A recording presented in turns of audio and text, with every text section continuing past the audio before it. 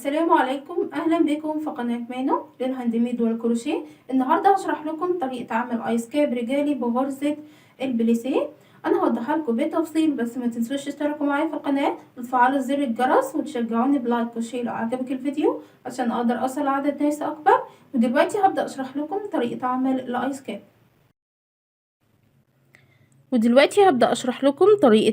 الايس كاب المتهدل بخيط البليسيه. الايس كاب ده ايس كاب رجالي. طيب بداية كده حابة اوضح لكم يعني ايه ايس كاب متهدل. الايس كاب المتهدل بيبقى طوله يختلف عن الطول الاساسي للايس كاب. يعني الطول الاساسي للايس كاب، تمام، الرجالي بيبقى 25 سنتي او الارتفاع الاساسي، تمام. للايس كاب الرجالي بيبقى 25 سنتي، فاحنا بنرتفع عن الطول الاساسي بحركة من 5 ل7 سنتي زي ما انت حابة.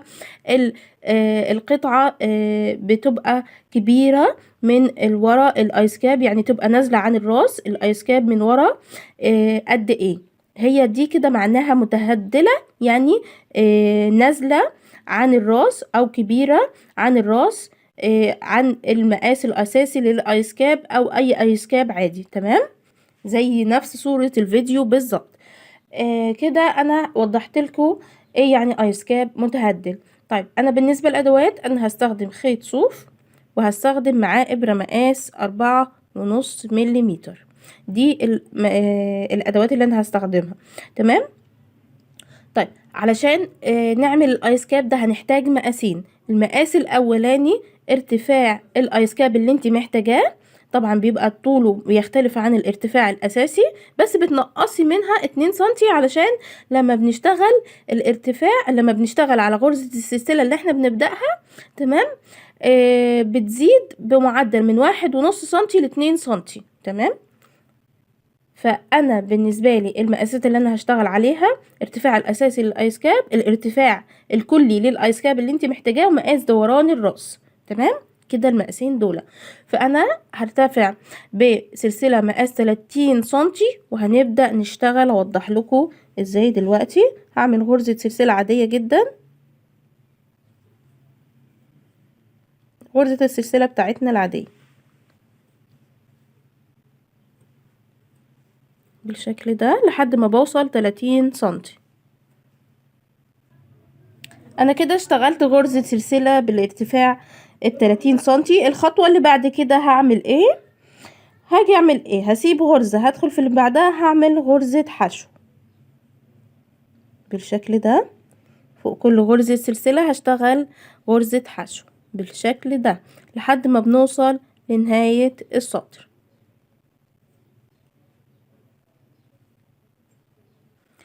انا كده وصلت لنهاية السطر. فوق كل غرزة سلسلة غرزة حشو بالشكل ده. الخطوة اللي بعد كده هنبدأ ان احنا نكون غرزة البليسيه. طيب غرزة البليسيه دي غرزة مختلفة عن الغرز اللي يعني طريقة الغرزة بتاعت البليسيه بطريقة مختلفة عن الغرزة اللي احنا كنا نشتغلها قبل كده. برتفع بغرزة السلسلة، بلف القطعة، تمام. بنعمل ايه؟ بنشتغل في الحلقة الخلفية من الغرزة. انا عندي حلقة امامية وحلقة خلفية، بدخل في الحلقة الخلفية وبعمل فوقيها غرزة حشو، بدخل برضو في الحلقة الخلفية وبعمل غرزة حشو. هو اصلا الايس كاب بتاعنا هيبقى كله عبارة عن غرزة الحشو بس. فبدخل في الحلقة الخلفية وبعمل غرزة حشو، الحلقة الخلفية واعمل غرزة حشو بالشكل ده لحد ما بوصل لنهاية السطر. كل شغلنا هيبقى في الحلقة الخلفية من غرزة الحشو. طيب احنا بنرتفع بالاسطر دي من الحلقة الخلفية من غرزة الحشو لحد ما بنوصل قد ايه بالظبط، او بنكمل لحد ما بنوصل قد ايه بالظبط. هوضح لكم، هكمل بس لنهاية السطر وهرجع اوضح لكم هنشتغل قد ايه بالظبط. انا كده وصلت لنهاية السطر كده بنفس الطريقة. فوق كل غرزة غرزة حشو لحد ما وصلت لنهاية السطر. طيب انا حابة اوضح لكم كده الفكرة. بنشتغل ليه في الحلقة الخلفية؟ عشان تدينا البروز ده بتاع الغرزة بتاعتنا، تمام، زي ما انت شايفة.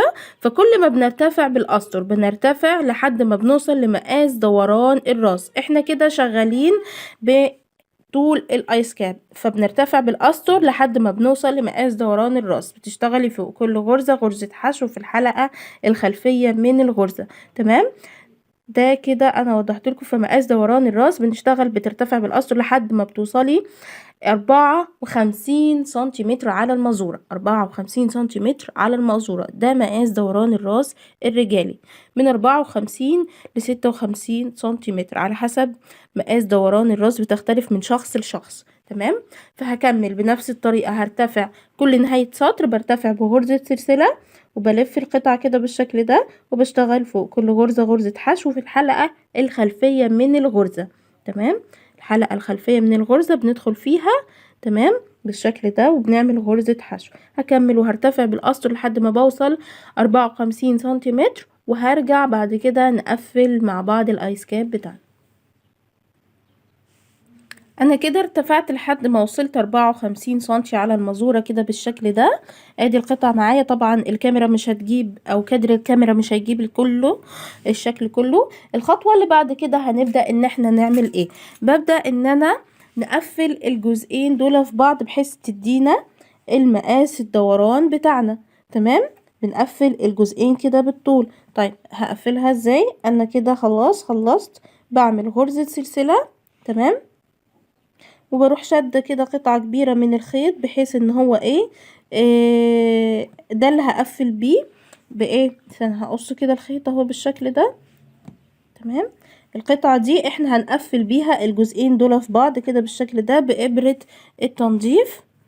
تمام. كده مررت إبرة التنظيف في الخيط في إبرة التنظيف بالشكل ده. هنبدأ دلوقتي نعمل ايه؟ هبدأ ان انا بدخل في الحلقة والحلقة المقابلة، او الغرزة والغرزة المقابلة، وبنبتدي ان احنا نثبت بالخيط بتاعنا كده بالشكل ده. تمام. بالشكل ده زي ما انت شايفة لحد ما بنوصل لنهاية السطر كله كده. لما بنقفله بتتكون خلاص القطعتين اتقفلوا في بعض، وبيدينا شكل الايس كاب. بس في خطوة هنعملها، هكمل لحد ما بوصل للنهاية، وبعد كده هوضح لك هكمل ازاي. اهو الشكل ده. انا كده قفلت الجزء ده كده زي ما وضحت لك. الخطوة اللي بعد كده هنبدأ ان احنا نقفل الجزئين دول، نضمهم كده بالشكل ده بحيث تدينا شكل الايس كاب. طيب هنضمهم ازاي؟ بإبرة التنظيف. طبعا الخيط ده خلاص قصير مش هينفع معايا. هبدأ ان انا اجيب خيط جديد. بنبدأ ان احنا نعمل ايه؟ ببدأ ان انا بمشي بالخيط بالإبرة كده، بإبرة التنظيف بمرر كده بالإبرة الخيط على أطراف الآيس كاب كله من فوق. تمام. على الأطراف كلها كده بالشكل ده. بنبتدي ان احنا نمررها. تمام.